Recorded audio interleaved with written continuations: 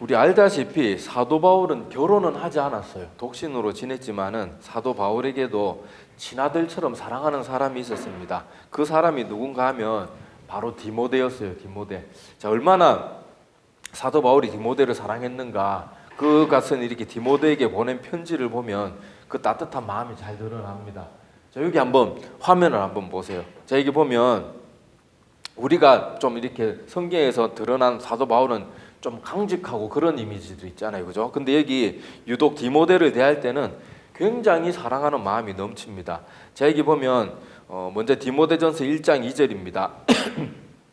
믿음 안에서 참 아들 된 디모데에게 편지하노니, 이렇게 하면서 참 아들 된, 원래 자기 몸에서 나온 저기 사람은 아니지만은 믿음 안에서 정말 진정한 아들이 된 디모데에게 편지를 내가 쓴다, 그렇게 말하고, 여기 보면 그 뒤에 이어지는 내용도 보면 예수 우리 주께로부터 은혜와 긍휼과 평강이 내게 있을지어다, 이렇게 축복 가득한 마음으로 그렇게 전하는 내용이 있고요.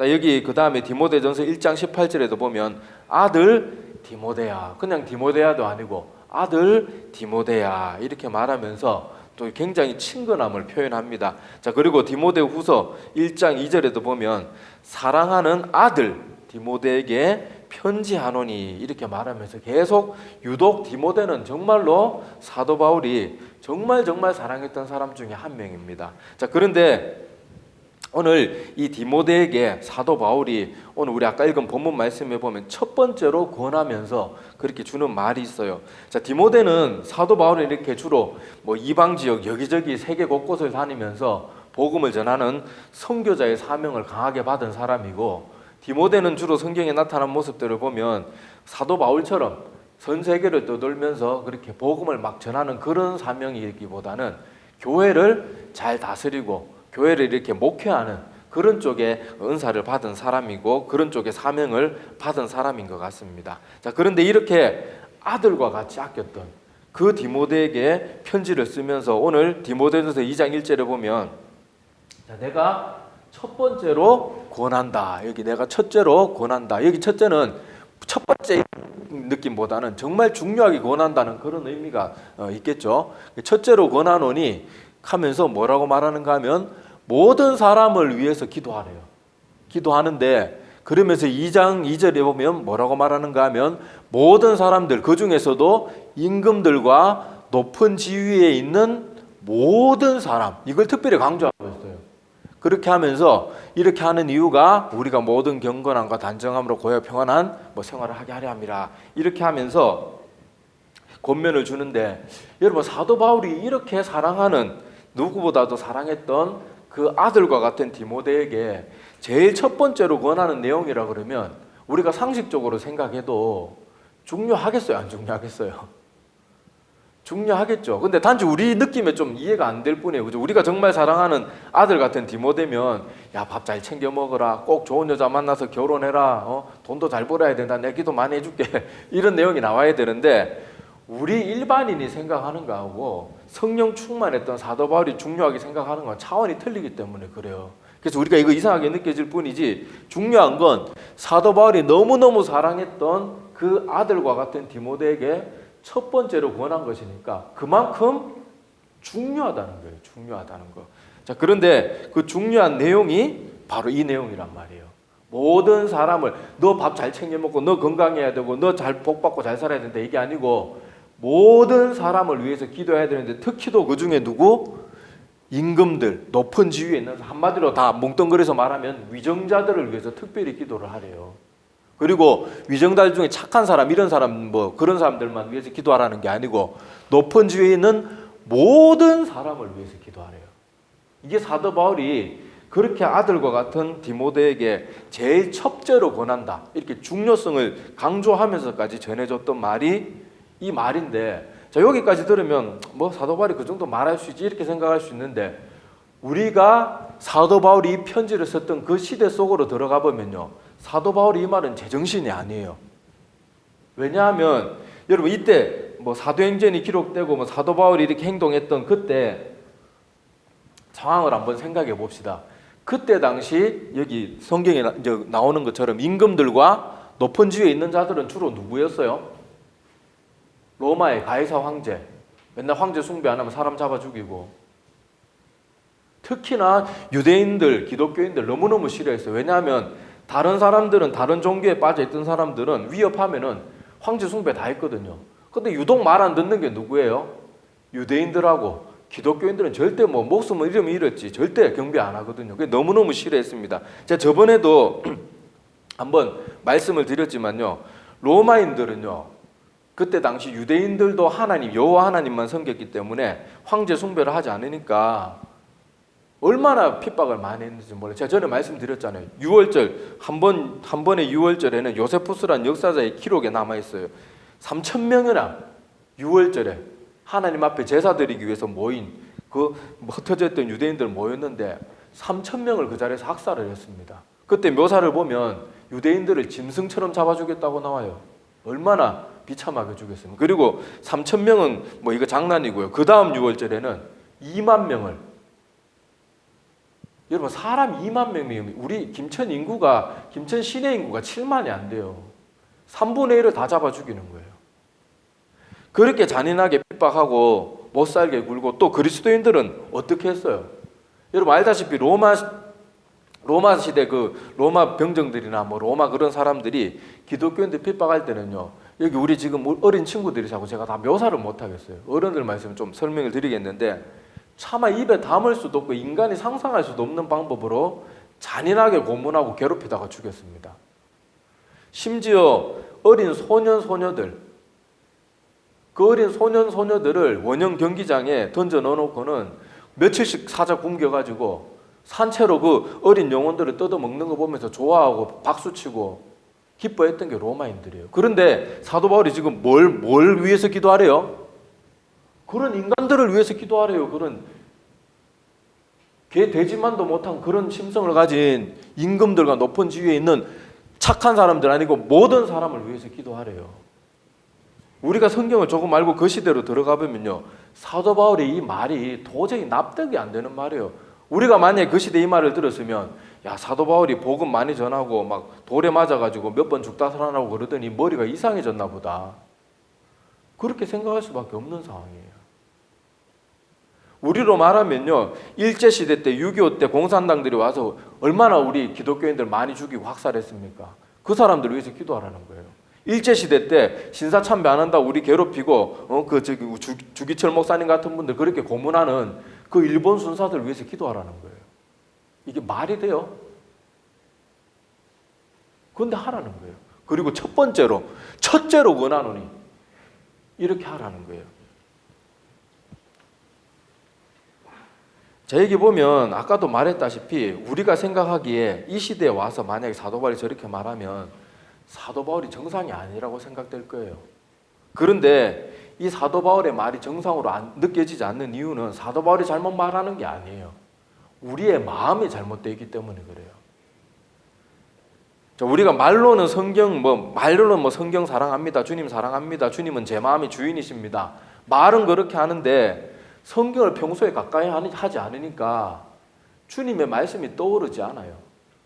그리고 조금 알고 있어도 그 말씀들이 내 마음에 적용이 안 되는 거예요. 내 삶에 적용이 안 되는 거예요.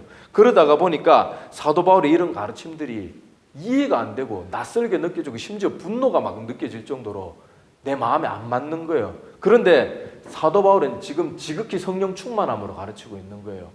자, 그 증거가 뭐냐? 자, 예수님이 이 땅에 계실 때 우리에게 이렇게 가르쳤습니다. 자, 사도 바울이 지금 권하고 있는 권면하고 주님의 가르침하고 큰 내용에 있어서 다른 게 뭐가 있나 찾아보세요. 사도 바울은 지극히 주님의 가르침대로 가르치고 있습니다. 자, 이게 예수님이 직접 하신 말이라는 건 여러분들이 아실 거예요. 자, 마태복음 5장 39절부터 제가 읽어드릴게요. 자, 나는 너희에게 이르노니 악한 자를 대적하지 말라. 대적하지 말래요. 싸우지 말란 말이에요. 같이 우리 괴롭힌다고 같이 싸우지 말아요.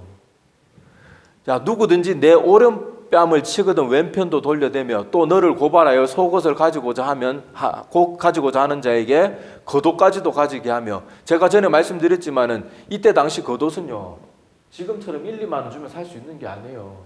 서민들에게는 거의 재산 목록 1호 중에 하나란 말이에요. 자, 또 누구든지 너로 억지로 오리를 가게 하거든 그 사람과 심리를 동행하고 내게 구하는 자에게 주며 내게 꾸고자 하는 자에게 거절하지 말라. 또 내 이웃을 사랑하고 내 원수를 미워하라 하였다는 것을 너희가 들었으나 나는 너희에게 이르노니 너희 원수를 뭐하라고요? 사랑하며 너희를 박해하는 자를 위하여 기도하래요. 사도 바울의 가르침하고 똑같죠? 자, 이같이 한즉 하늘에 계신 너희 아버지의 아들이 되리니 이렇게 해야지 말씀대로 사랑의 실천을 해야지 그때 비로소 구원받는 하나님의 자녀가 되는데 말로만 저는 아브라함의 자손입니다. 아무리 떠들어도 소용없대요.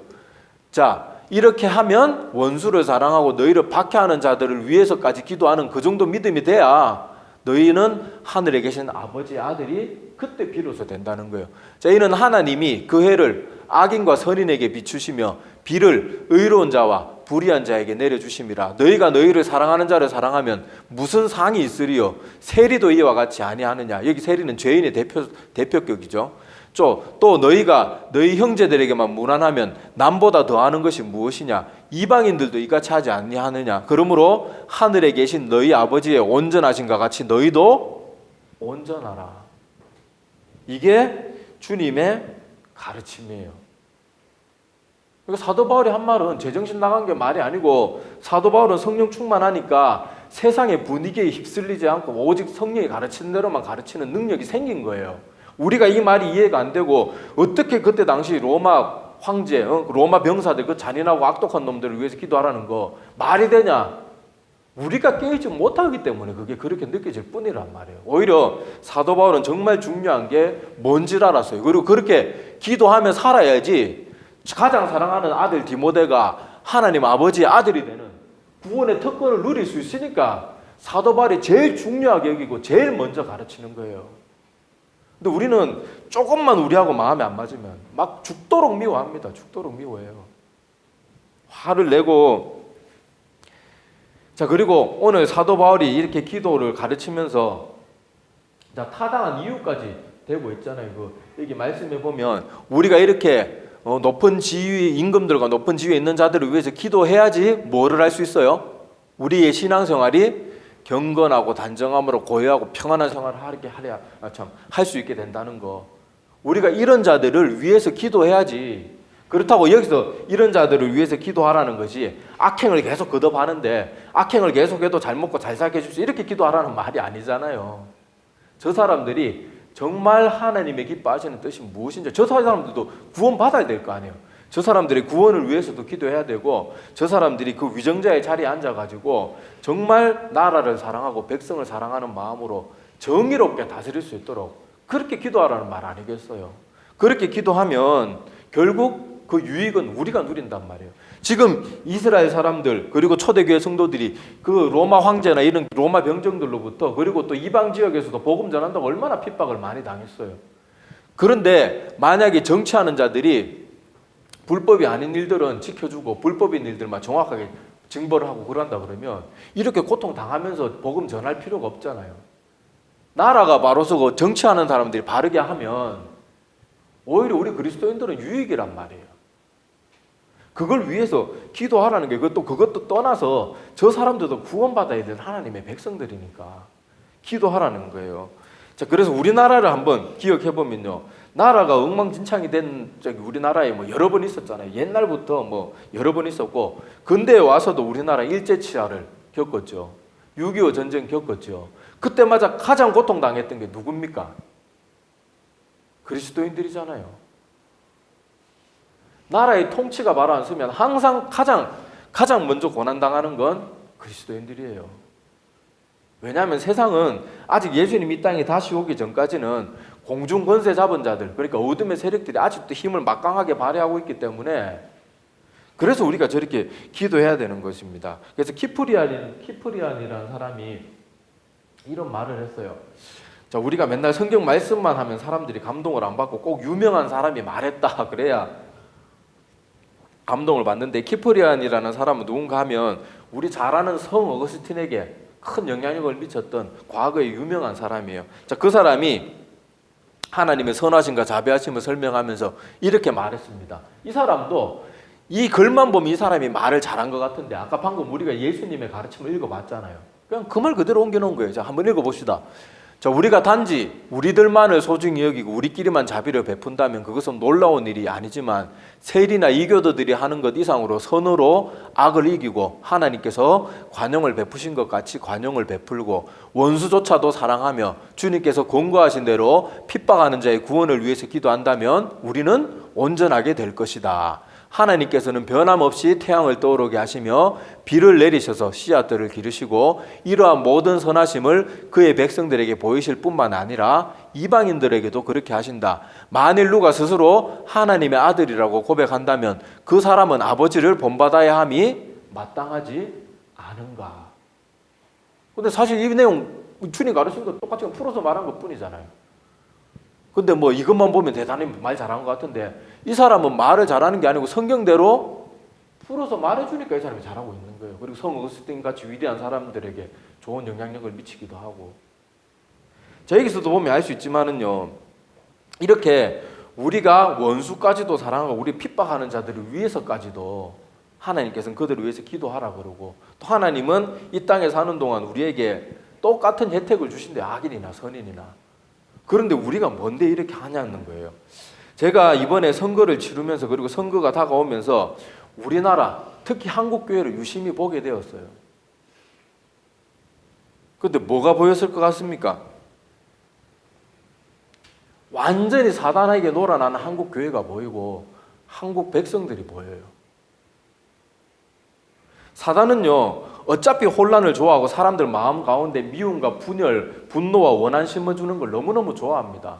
그래서 이 사탄은 정치적인 문제, 그런 미끼를 하나 던졌어요. 그리고 그 미끼가 그럴듯하게 보이려고 거기에 거짓 정보라는 간을 약간 했습니다. 그런데 내가 보기엔 지금 사단도 놀랄 만큼 그 효과가 너무 좋은 거예요. 온 나라가 완전히 양쪽으로 나눠져가지고 서로 죽일 듯이 미워요. 죽일 듯이 미워요. 입만 열만 정오 가득 찬 소리가 나오고 심지어 목회자들도 항상 모여가지고 하는 얘기가 하루 종일 모여서 성경 읽고 찬송하고 기도하고 설교 준비나 하든지 하루 종일 모여가지고 하는 얘기가 눈이 뻘개가지고 나라 욕하고 정치인 욕하고 대통령 욕하고 허구한 날 그러고 앉아있어요. 그러니까 무슨 설교의 은혜가 넘치고 무슨 설교 준비가 되겠어요. 그러니까 성도들은 은혜 받지 못하고 성도들은 맨날 모여가지고 우리 목사님 언제 은퇴하냐 맨날 그런 얘기나 하고 있고 나라가 완전히 엉망진창이 돼 있어요.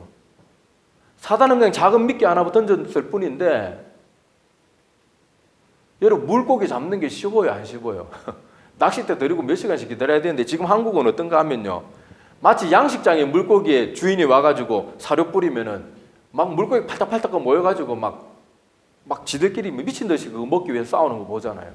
지금 한국이 정치적인 문제 하나 거짓 정보 몇 개 흘려줬더니 미치듯이 거기 물고 서로 다 피부가 벗겨지고 죽는 줄도 모르고 같이 죽는 줄도 모르고 같이 침몰하는 줄도 모르고 그러고 있는 거예요. 주님은 이런 거일수록 더 기도하고 나라가 혼란스럽고 분열되고 그러면 더 기도하라 그러는데 지금 한국 교회가 이 일에 제일 앞장서 있다니까요. 제일 앞장서 있어요. 이게 우리가 성경이 주님의 가르침과 얼마나 다르게 살고 있는 거예요. 제일 첫째로 모든 사람을 위해서 기도하되 그 중에서도 임금들과 다스리는 위치에 있는 사람들 그런 사람들을 모든 사람들 우리 빠져나갈 수도 없게 사도 바울이 목까지 박아놨어요. 그 중에 착한 사람들만을 위해서 기도해라가 아니에요. 아무리 악하고 못된 사람들 그리고 심지어 사도 바울이 그 말을 했을 때 그때 당시 위정자들과 임금들은 황제 숭배 안 한다고 사람들 잡아 죽이고 잔인하게 죽였단 말이에요. 그런 사람들을 위해서 또 기도하라고 그러는데 우리는 그냥 근거 없는 정보, 과장된 정보, 그냥 내 기분에 안 맞는 그런 정보 조금만 들으면 막 미칠 듯이 마음의 미움 속을 막 활활 갖다 기름을 퍼부으면서 마음의 분노를 확 자기 스스로 그런 정보를 더 찾아다녀요. 찾아다니면서 마음속에 계속 분노를 일으켜요. 목회자들이 그런 짓 하고 있고 우리는 그럴 때가 아니고요. 오늘 말씀해 보면 하나님은 그럴 때일수록 더 기도하라는 겁니다. 이런 지금 우리 한국 교회의 모습들, 한국 사회의 모습들을 보면 이 모습을 보고 기뻐할 존재가 누가 있을 것 같아요? 천사가 기뻐할 것 같아요? 성부 하나님이 기뻐할 것 같아요. 성자 예수님이 기뻐할 것 같아요. 성령 하나님이 기뻐할 것 같아요. 사단만 기뻐한단 말이에요. 사단과 귀신들만 기뻐한단 말이에요. 그런데도 그거는 깨닫지 못하고 허구한 날 그런 거짓 정보나 맨날 찾아다니고 맨날 마음속에 분노만 가득 쌓아가지고 있고, 오히려 그러면 안 된다고 말하면 그런 사람 왕따 당하고, 저거는 영적으로 깨닫지도 못하고 영적으로 분별력도 없어가지고 지금 이 나라가 어떤 꼬라지가 되고 있는데 저거 엉뚱한 소리하고 앉았다고, 그렇게 엉뚱한 사람 취급당하는 거예요. 만약에 여러분 가정을 해가지고 지금 사도 바울이 다시 이 땅에 와가지고, 특히나 내가 지금 경상도 목회자라는 게 다행이에요. 내가 타 지역 목회자가 이렇게 말하면 저거는 다른 지역의 사람이니까 저렇게 말하지 말할 수 있는데, 경상도 목사니까 차라리 나아요. 만약에 이 경상도 지역에 사도 바울이 이 땅에 다시 와가지고 한국인의 모습으로 와가지고 성령 충만을 받아서 이번 선거를 통해서 뽑힌 모든 국회의원들과 나라 대통령을 위해서 우리가 정말 더 열심히 기도해 줘야 됩니다, 이렇게 말하면 우리 경상도 지역에 어떤 반응이 나올 것 같습니까? 돌로 쳐 죽이려고 그럴 거예요. 저 미친놈이라고 그럴 거예요. 저런 게 어디 감히 하나님의 이름으로 저딴 소리 하냐고, 공산정부주의를 위해서 우리가 기도해야 되겠냐고, 이 미친놈 막 하면서 엄청나게 욕을 하고, 할 수만 있으면 폭력도 행사할 거야 아마.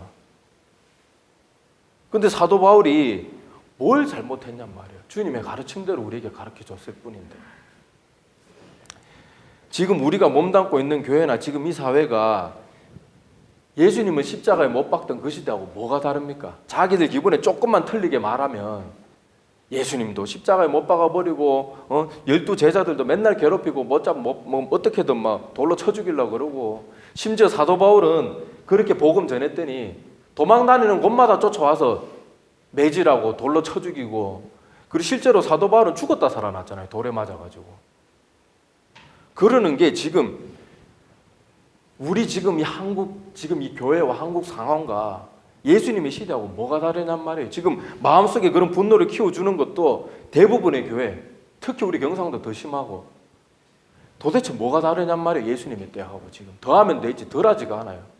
그냥 단지 법제도가 지금 더 잘 돼 있으니까 돌로 치고 이러는 것뿐만이 아니지, 사람의 마음은 지금 그때보다 더한 것 같아요. 제가 보기엔 별로 잘못한 것도 없고, 크게 잘못한 것도 미리 추측하고 미리 거짓 정보 가지고, 물론 우리가 100번 양보해서 정말 그 사람들이 말하는 그 음모론대로 정말 이제 곧 이 나라가 1, 2년 내로 공산화가 되고 문재인 대통령이 이 나라를 김정은이한테 갖다 바친다고 칩시다. 그게 다 사실이라고 칩시다. 그러면 우리가 그 사람들 저주하고 공산당이라고 욕해도 되냔 말이에요. 기도해야지요. 불쌍하니까, 더 불쌍하니까 기도해야지요. 왜 마치 그걸 저 빨갱이 새끼들은 오만 입에 담지도 못할 욕설들을 퍼부으면서 왜 그래 마음의 분노를 다스리지 못하고 왜 그렇게 악하게 살아가냐면, 이번에 선거 끝나고 나서도 사람들이 지금 인터넷 한번 보세요. 완전 반반으로 나눠져 가지고 자기 마음에 안 드는 그런 사람들 뽑힌 지역에서는 막 온갖 악한 소리를 다 해요. 온갖 악한 소리를 다 해요. 이러는 것들이 도대체 우리가 어디서, 우리 마음이 도대체 뭐에 지배를 받고 있길래 이리 지경이 되고, 이런 말 해주는 사람들은 왜 자꾸 이상한 사람 취급을 받고 가장 친한 피부치들한테도 외면받아야 되냐고요. 하나님의 가르침이 이 시대 하나도 사람들에게 중요하지 않아요. 전부 지 감정, 지 생각, 지 듣기 좋은 말만 해주면 하나님 말씀 아멘이고, 똑바로 말해주는 건 너무 듣기 싫어요. 너무 듣기 싫어요. 그리고 그런 말 해주는 사람은 반대편에 속겠어요. 저딴 소리 한다 그러고. 무슨 반대편에, 난 아무 생각 없어요. 난 정치에 대해 잘 알지도 못해요. 자, 여러분, 우리 세상에 여러 가지 어려운 복잡한 일들이 생길 때는요, 항상 뭐 세계의 큰 전쟁이나 큰 뭐 사건들이 있었을 때 보면 항상 사단은요, 사람들에게 군중 심리를 조장해가지고 사람들 마음에 광기를 심어줍니다. 자, 대표적인 예로 독일을 한번 봅시다. 독일이 어떤 나라였어요? 종교개혁자 루터의 후예들이잖아요. 나라가 기독교를 옹호해주는 나라고, 나라가 목사들을 먹여 살리는 나라가 독일 아니에요. 근데 독일이 히틀러라는 사람이 하나 나타났을 때 그 사람이 하나도 성경적인 말 하지 않았어요. 그런데 그 세치어로 그럴듯한 논리를 가지고 이런저런 말을 했더니 수많은 목회자들이 히틀러를 지지하고 옹호하고 후원했습니다. 그리고 보네퍼와 같은 극소수의 목사님들만 저거 아니다라고 말해줬어요. 근데 결국 어떻게 됐습니까? 보네퍼 목사님 같은 배척당하고 결국 형장 이슬로 사라졌잖아요. 근데 세월이 지내놓고 보니까 뭐라고 해요? 지금 독일은 날마다 회개하잖아요. 날마다 온 전 세계 앞에 우리가 그때 잘못했습니다. 그리고 오히려 그때 모든 사람에게 왕따당하고 성경 말씀대로 이건 아닌 것 같다고 말했던 보네포와 같은 사람이 이제 와서 인정을 받는 거예요. 우리 앞날 어떻게 될지 몰라요. 그리고 나중에 그런 일이 벌어지고 나서도 그때 판단해도 늦지 않아요. 우리는 그 사람들이 악한 사람이든 진짜 우리의 모든 소문들대로 그런 정말 악한 사람이라도 우리는 그렇다고 미워해서 되는 게 아니고 그럴수록 더 기도해야 된단 말이에요. 그럴수록 만약에 다 잘 믿고 하나님 잘 믿는 백성이면 우리가 차라리 기도 좀 어떻게 보면 뭐 덜 해야 된단 말은 아니지만 믿음대로 잘 살고 있으면 좀 덜 해도 돼요. 그런데 정말 그 사람들이 모든 소문대로 악한 사람이고 공산주의자고 기독교 싫어하고 교회를 탄압하는 자들이면 더 기도해야죠. 더 미워할 게 아니고 같이 맞서 싸울 게 아니고 예수님도 아까 가르침 제가 보여드렸잖아요. 맞서 싸우지 말아요. 오히려 위에서 기도해주고 핍박하는 사람들을 위해서 기도해주라고 그렇게 말하고 있는 거예요. 우리가 할 일은 너무너무 분명해요. 예수님이 십자가에 달려 돌아가실 때 자기를 십자가에 못 박고 조롱하던 로마 병사들을 위해서 어떻게 했습니까? 이놈의 버르장머리 없는 놈들 내가 너희들이 창조주인데 말이야. 어디 이 자식들이 그러면서 다 죽여버린 거 아니잖아요. 아버지 저들을 용서해 주십시오. 저 사람들은 자기들이 지금 뭘 하고 있는지도 모릅니다. 스데반 집사는 또 어땠어요? 자기가 돌에 맞아 죽으면서도 그들을 용서해달라고 기도하잖아요. 우리는 지금 완전히 성경과는 완전히 반대로 살아요. 그러면서 성경대로 말해주는 사람을 가장 싫어합니다. 가장 미워하고 가장 배척하고 저거는 목회자라는 놈이 마음속에 빨갱이 사상이 물들어가 저렇다고 그러고 저는 어느 쪽도 편 안 들어요. 저는 어느 쪽도 관심 없어요. 저는 그냥 모든 걸 성경대로만 말하는 거예요.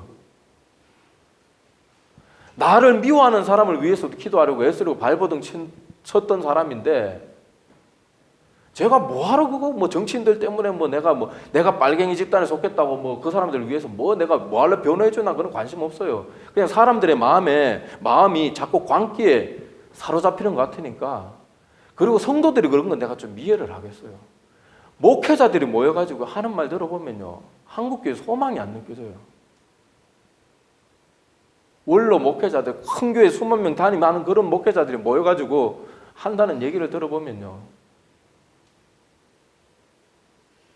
그러니까 우리가 정말 정신 차려야 됩니다. 우리는 이런 아까도 말했다시피 사단은 항상 군중 심리를 선동하고 사람들 속에 거짓 정보를 이것저것 흘려가지고 모든 사람들 마음 가운데 미움과 분열을 퍼뜨리는 게 그들의 제일 중요한 목적이에요. 근데 그것도 모르고 성경에 다 가르쳐주고 있는데 어떻게 하면 그런 게 안 빠져들 수 있는지 다 말해주고 있는데도 우리는 알면서도 거기 빠져들고 오히려 그 마음속에 더 분노를 품으려고 맨날 그런 정보만 찾아다녀요.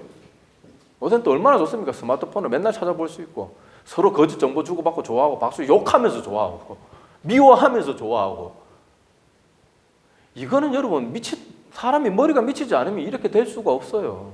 어떻게 그리스도인들이 남을 미워하고 남을 욕하고 심지어 우리가 가장 기도 많이 해줘야 될 대상을 욕하면서 어떻게 기뻐할 수가 있냐고요. 내 마음의 주인은 하나님이 아니라는 확실한 증거예요. 구원받지 못한 백성이란 말이에요. 그런 마음을 가지고 허구한 날 그러고 있으니 맨날 설교 단상에서도 예수 그리스도의 복음과 회개에 대해서는 말하지도 않고 맨날 뭐 정치하는 그런 거 비판이나 하는 설교 시간에 그런 얘기를 왜 하냐고. 설교 시간에 우리 정말 정신 차려야 됩니다. 그런데 우리가 오늘 이 말씀들을 기억하면서 나라를 위해서 기도하고 정치하는 사람들을 위해서 기도하고 믿지 않는 많은 모든 사람들을 위해서 기도하면 하나님께서 놀라운 복을 우리에게 허락하셨어요. 그게 뭔가 하면 첫 번째로 이렇게 모든 사람들을 위해서 기도하면 우리에게 제일 첫 번째로 주어지는 우리에게 유익이 뭔가 하면 우리가 신앙생활을 고요하고 평안하게 마음껏 신앙생활을 할 수 있게 돼요. 그리고 우리가 이렇게 혼란스럽고 어려운 이런 시대에 우리가 깨어있으면 하나님이 정말 고난의 때가 왔을 때 주님께서 이 땅에 다시 오실 때 인간의 말로 다 할 수 없는 고난이 올 거예요. 그때 하나님께서는 하나님의 사랑하는 백성들을 먼저 데리고 가실 겁니다. 여기 보면 그런 내용이 나와 있어요. 자, 이사야서 57장 1절에서 2절에 보면 자, 의인이 죽을지라도 마음에 두는 자가 없고 진실한 이들이 거두어감을 당할지라도 깨닫는 자가 없도다. 의인들은 악한 자들 앞에서 불리어 가도다. 그들은 평안에 들어갔나니 바른 길로 가는 자들은 그들의 침상에서 편히 쉬리라. 이게 무슨 말인가 하면 하나님의 진노의 심판이 임할 때는 하나님이 선한 사람들을 먼저 목숨을 걷어가신대요. 근데 그 목숨 걷어가는 게 심판이 아니고 환난의 때를 면하게 하기 위해서. 근데 아무도 그걸 깨닫지 못한대요. 저 사람 착한데 왜 죽지? 야, 저 사람 믿음이 가짜였나 보다. 엉뚱한 소리하고 앉았고. 그걸 깨닫지를 못한대요. 그런데 우리가 하나님의 가르침대로 신실하게 살고 원수까지도 사랑하고 핍박하는 자들을 위해서 기도하면 하나님이 이 모든 환난이 오기 전에 우리를 먼저 보호하시고 먼저 데려가 주실 거예요. 자, 그리고 여기 보면 제일 중요한 겁니다. 아까 우리 읽었던 예수님의 가르침이죠. 자, 이같이 한즉, 그러니까 우리가 모든 사람들을 사랑하고 핍박하는 자들을 위해서도 기도하고 그렇게 하면 하늘에 계신 너희 아버지의 아들이 되리니. 이 정도의 믿음이 돼야 비로소 하나님의 아들이 될 수 있대요. 말로만 뭐 맨날 하나님 사랑한다고 사랑합시다. 아무리 떠들어도 소용없대요. 우리가 그 사랑을 실천하지 않으면 하나님의 자녀가 못 된대요. 그렇지만 우리가 내 감정을 억누르고 하나님의 말씀에 순종하면서 나의 감정조차도 거스르고 하나님의 순종에 내 마음을 쏟으면 그때 하나님은 너야말로 내 가르침을 네 감정보다 소중히 여겼으니까 너야말로 내 아들이 맞구나. 너야말로 내 가르침에 따르는 순종하는 믿음이 맞구나. 그러고는 하나님의 아들로 아무리 내가 부족하고 형편없는 사람이라도 아들로 삼아주신다는 거예요. 이것이 주님의 가르침대로 사는 사람들, 핍박하는 사람들을 위해서도 기도해주고 악한 자들을 위해서도 기도해주고 하나님이 그 사람에게 어떤 날 뭐 하나님이 그냥 뭐 악한 사람들에게는 빛도 안 비춰주고 뭐 그런 날이 아닌 이상 이 땅에 하나님께서 모든 사람에게 동일한 비를 내려주시고 동일한 햇볕을 내려주시는 이상 우리도 하나님 앞에 그렇게 기도하고 그렇게 살아야 돼요. 우리 마음에 미움과 원망이 찾아오는 거 절대 방치하지 마세요. 그리고 정치인들 중에 마음에 안 드는 사람 진짜 왜 없겠어요? 그러면 마음에 안 드는 거하고 미워하는 건 또 틀려요. 근데 지금 한국 사람들, 한국 교회, 특히 사역자들은요, 특히 경상도, 마음에 미움이 가득해요. 목사들이 입에 담지도 못할 말들을 해요. 그런 것을 보면서 우리 절대 아무리 많은 사람들이 그렇게 말하고 아무리 뭐 대단한 목회자들, 모든 목회자들이 다 그렇게 말한다고 하더라도 여러분 성경과 다르게 말하면요, 우리 그것을 다 걷어쳐버려야 돼요. 심지어 천사가 빛의 옷을 입고 천사의 날개를 달고 이 땅에 내려와서 그럴듯한 말을 해도 성령의 가르침과 다르게 우리에게 전하면 우리는 힘껏 천사 영덩이라도 걷어차버려야 돼요. 그런 거에 자꾸 우리 휘둘리면 안 된단 말이에요. 오직 우리는 성경의 가르침대로 사람들의 말에 휘둘리면 안 돼요. 그러면 독일이 그렇게 히틀러 하나에게 다 넘어갔던 때처럼 보네페와 같은 극소수의 몇 명만이 거기 안 넘어가고 남았던 것처럼 그런 날이 올 수도 있어요. 모든 목사들이 다 저렇게 말하니까 이게 맞는 거겠지. 그리고 보네페 같은 목사님이 감옥에 갇히고 사형당할 때는 아이고 저 목사 저봐 꼴통이니까 저렇게 당하는 거야. 좋아하고. 그렇게 될 수밖에 없어요. 왜냐하면 하나님 말씀에 귀를 기울이지 않고 순종하겠다고 작정하지 않으면 많은 사람들의 말을 쫓아, 많은 사람들의 소식을 쫓아서, 소문을 쫓아서, 정보를 쫓아서 그렇게 될 수밖에 없는 거예요. 그래서 오늘 이 사도 바울은 제일 사랑하는 아들에게 제일 첫 번째로 준 명령이 모든 사람을 위해서 기도해주고 그 중에 특별히 임금들과 높은 자리에 있는 자들을 위해 기도하라고 그랬던 거. 그리고 그렇게 기도하면 결국 그 유익은 우리가 다 받아 누리는 거예요. 우리가. 그 사람들 잘 먹고 잘 살게 해달라는 그 기도가 아니란 말이에요. 그래서 우리도 이 혼란스럽고 앞으로는요, 점점 더 세상이 더 혼란스러워질 겁니다. 정치든 뭐든 모든 게 더 힘들어질 거예요. 위정자들을 위해서 기도할 때 우리나라만 위해서 기도해서도 안 됩니다. 지금 전 세계 모든 위정자들을 위해서 다 기도해야 돼요. 트럼프도 보면은 뭐 나라의 미국이 국제 경찰 역할을 하고 있는데 트럼프를 위해서 기도해야 되고, 시진핑이나 김정은처럼 공산주의로 자기 백성들 힘들게 하는 사람들도 빨리 정신 차리고 회개하고 자기들의 잘못을 깨달을 수 있도록 기도해 줘야 돼요.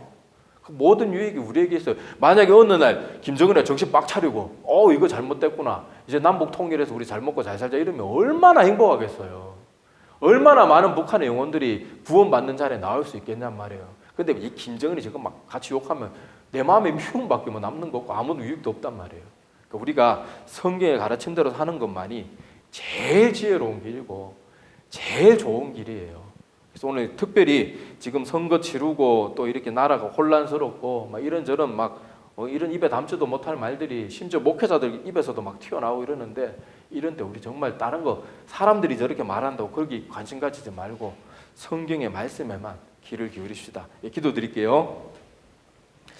하나님 아버지, 오늘 사도 바울의 가르침들을 저희들이 보게 되었습니다. 가장 사랑하는 아들에게 가장 첫 번째로 권했던 그 명령이 다름도 아니고 모든 사람들, 특히 그 중에서도 임금들과 높은 자리에 있는 자들을 위해서 간절히 기도하라는 것을 가르쳐 주었는데, 그렇게 해야만 우리도 더욱더 신앙생활에 다른 것에 신경 쓰지 않고 핍박당할까 두려워하지 않고 마음껏 신앙생활할 수 있는 지름길이라는 것을 저희들이 깨닫게 됩니다. 그런데 지금 이 시대는 안타깝게도 가장 기도 많이 하고 힘들 때일수록 더 기도하며 더 사랑을 베풀어야 되는 한국교회가 가장 큰 미움과 증오에 빠지고, 또 가장 바른 것을 가르치고 성경대로 가르쳐야 될 목회자들이 날마다 설교 단상에서 예수 그리스도에 대한 얘기는 잊지도 않고 날마다 정부를 비판하고 날마다 정부를 욕하는 설교들만 가득하니 이 나라가 앞으로 어떻게 될지 너무너무 두렵고 안타까운 마음을 금할 길이 없습니다. 아버지 하나님, 우리가 정말 정신 차리고 깨어있게 도와주시고 사도 바울의 가르침과 같이 모든 사람들을 위해서 기도할 뿐만이 아니라 특별히 나라를 다스리는 사람들, 위정자들을 위해서 기도해서 우리나라가 더욱더 하나님 기뻐하시는 나라가 되게 도와주시고, 더 나아가서 세계 모든 나라들도 정말로 하나님을 두려워할 줄 아는 그런 사람들이 그 자리에 세워지게 도와주시고, 또 하나님을 모르는 자들이 위정자의 자리에 있다면 어떠한 방법으로든지 그들이 하나님을 알게 되어서 정말 자기들에게 맡겨준 그 나라를 하나님이 기뻐하시는 뜻대로 다스릴 줄 아는 사람들로 변화되어질 수 있도록 큰 은혜 베풀어 주시옵시기를 간절히 바라옵고 원하옵나이다. 아버지, 과거 독일이 히틀러라는 광기에 사로잡힌 한 명 때문에 온 나라가 악에 물들었던 것을 우리가 절대로 잊지 않게 도와주시고, 이 마지막 때 보네포 목사님과 같이 진리 가운데, 말씀 가운데 사람들이 어떠한 핍박을 하고 오해를 할지라도 진리 가운데 깨어있을 수 있는 굳건한 믿음들, 그런 믿음들을 저희들에게 꼭 허락하여 주시어서 세상에 휘둘리는 것이 아니라 세상 가운데 우뚝 서서 하나님의 말씀 붙들고 버틸 수 있는 그런 저희들이 다 될 수 있도록 큰 은혜 베풀어 주시고, 특별히 한국교회와 사역자들이 깨어나게 도와주시어서 더 이상 아버지 성도들의 마음 가운데, 교회의 마음 가운데 증오와 원망과 불평의 마음들 더 이상 심지 못하게 하시고, 오직 사랑하는 마음과 그리스도의 화평과 그리스도 보혈의 피로 죄사함에 대한 그런 얘기들로 가득한 우리 교회들이 다 될 수 있도록 큰 은혜 베풀어 주시옵시기를 간절히 바라옵고 원하옵나이다. 그래서 이 나라가 하나님이 보실 때 정말로 기쁨이 되는 나라가 되게 도와주시고, 이 나라가 더욱더 힘을 얻고 잘 되어서 지금도 열심히 잘하고 있지만 더욱더 세계 선교의 일익을 감당하는, 한 축을 감당하는 귀한 하나님의 백성들이 다 될 수 있도록 이 나라를 복 주시고 은혜 베풀어 주시고, 잘못되어 가고 있는 것들이 있다면 바로잡아 주시고, 한국교회는 더 기도하게 도와주시어서 이 작은 나라지만 이 나라가 온 세계를 하나님의 복음으로 덮을 수 있는 그런 귀한 도구의 나라가 될 수 있도록 큰 은혜 베풀어 주시옵소서. 감사를 드리며 예수님의 이름으로 기도드립니다. 아멘.